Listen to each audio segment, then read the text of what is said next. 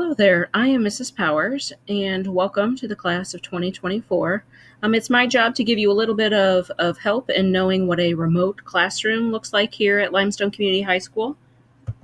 So I'm just going to go through a couple of different things. You want to make sure when you are remote and connecting to your teachers via a Google Meet, you want to make sure that your dress code is the same as if you were at school.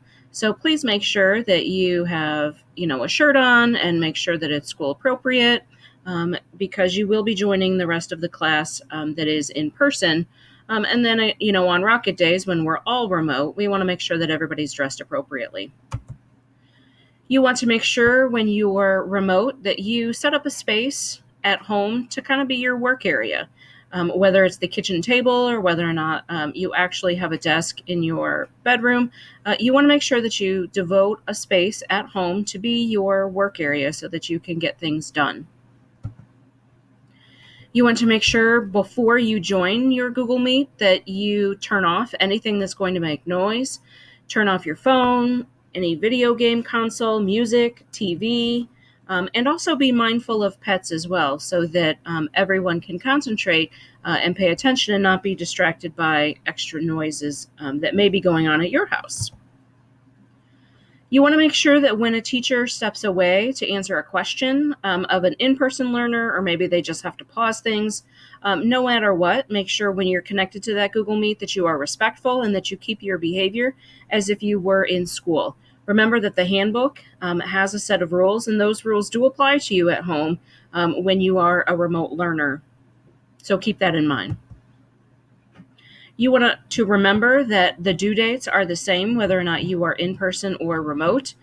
So check the Google Classroom, make sure that you know when things are due, and make sure that you're getting things turned in a timely fashion.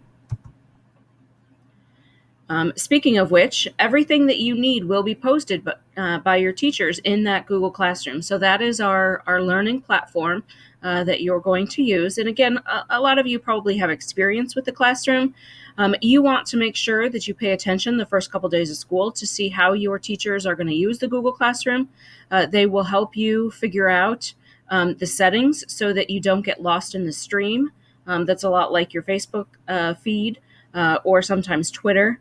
And so, but everything is there, whether or not it's in the stream or whether or not it's in the coursework tab, everything that you need is going to be posted in the Google Classroom.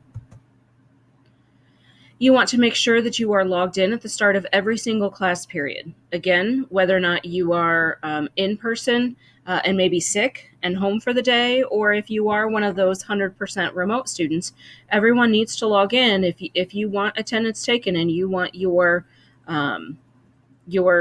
seat to be checked by the teacher, you want to make sure that you log into that Google Meet at the start of every class period. Some teachers are going to keep you logged on for the entire 75 minutes. Some may have you hop on and off, but at the start of every single class period, please make sure that you log into that Google Meet. You want to make sure that you check your email at least hourly to stay informed. Again, this might be something that you have practice in, but you can install your email on your phone or other digital device so that you can keep updated. But again, you want to make sure that you're checking that regularly. Delete things that you don't need. Perhaps learn a system that works best for you with labeling and archiving. But you definitely want to make sure that you're checking your email to stay informed. Make sure that you're using your class time wisely. Remember that your teachers are available during school hours, and they may or may not be available at 10 p.m. So use your class time wisely. When you are connected to your teacher through that Google Meet, make sure that you're paying attention, make sure that you're asking questions. Again, we are available as teachers. All you have to do is reach out to us. So if you are struggling at 10 p.m., please make sure that you send an email to your teacher so that they can help you when they next log on. And finally, if you can't join a Google Meet for some reason, maybe you're having technical difficulties or something came up at home and you just can't get logged in, please make sure that you email your teacher so that they can take attendance. And if it's a technical issue, please make sure that you email our tech support. You can see the email address here on your screen. It's elearning@limestone310.org. No capital letters, no spaces, no punctuation. Again, it's elearning@limestone310.org. Again, please remember that we are always here for you. If you have any questions, please make sure that you email your teachers, email Mrs. Look, email your guidance counselor. If it's a technical issue and you can't do any of that emailing, please reach out to your guidance counselor so they can get our tech support on the phone with you.